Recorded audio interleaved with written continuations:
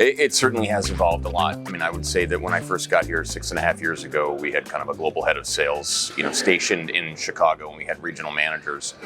My vision was to actually have senior salespeople around the globe that were product specific. So, global head of fixed income, which is still me. We have global head of commercial agriculture, and we have a global head of equity and credit, which is a relatively new acquisition we can talk about later. The global heads work in concert with regional heads, and that's completely different now. I think a lot of times in global institutions, you have a lot of, for lack of a better term, fiefdoms, where, Tokyo doesn't necessarily talk with London. And we have knocked down all those walls. I mean, RJO is at its core a very flat organization to begin with, but everyone is working in concert with everybody else. So if a global head of commercial agriculture that we actually have stationed in Denver finds an opportunity in Singapore, then we're going to take advantage of it, and that individual will work with the regional manager. So it's much better coordinated. I think we've also worked on the compensation structure, and we work as a team. So now I have over 9 reports worldwide that are, as I say, both regional and product specific, and you can feel the difference. They're accountable for accounts, for new business, for pipeline, and for our current brokers as well. I would say 2022 was a good year. There are 2 components to our EBITA that I pay a lot of attention to. One is NOI, which is net operating income, which is, as I call it, kind of dialing for dollars, right? It's the actual physical trade being done, the execution business. And then on the NII side is net interest income, which is derived from our clearing balances and our segregated funds. Both of those performed, at or above expectations for 22. I think 23 is going to be another very interesting and possibly good year for RJO. We've done a lot of work in the last half dozen years of beefing up our fixed income franchise, exposing us now to emerging market equities on the option side and the cash side, and also the credit markets. So I think we've done a lot of work here where it's really going to start to pay off, in that we have better diversification, not just commercial agriculture, which we're still very dominant in. From the top down, our CEO, Jerry Corcoran, is all day, every day risk-minded. I didn't really appreciate it when I first came to the organization of what a team effort risk is. And we have a global risk network. We have our chief risk officer, Brad Gemza, out of Chicago. But in every region that we're in, we've implemented at least one or possibly an entire risk team. So I've been on the phone since 5 o'clock this morning with things going on in Europe, and Jerry's leading the charge. It's an unbelievable concentration as far as senior efforts and executive team in risk. It's everything that we do. And we're very proud of the infrastructure that we have and the track record that we have.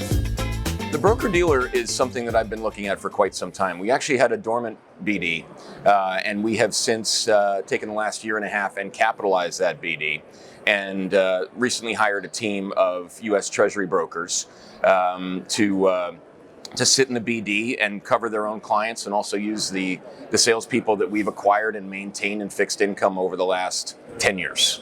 I think the BD only makes a ton of sense. We are a futures and options execution and clearinghouse at the core, but we have unbelievable relationships with our clients. We're trusted advisors to hundreds of world-class financial institutions. And I think as we evolve and as the markets evolve, we can work with the liquidity providers as far as the banks are concerned, and provide our clients with multiple products, not just futures and options. U.S. Treasuries, interest rate swaps. We're looking to take that model now to Europe, and look in the Euro swap market as well as Euro bond market. That's fully integrated, that entity. We acquired them, as you said, in July, August, I believe we closed of 2020, and it's been our entry point into aforementioned products: emerging market equity derivatives, cash equities, MENA bonds. We have a wonderful credit desk, and also structured notes. All execution, no clearing. And that model has basically evolved, where not only did we acquire the team, but they've since hired. And so now we have individuals from that legacy business sitting in London, sitting in Dubai, basically doubled our headcount in Dubai, and also now working in concert with our Paris office, which has become more equity probably than anything else.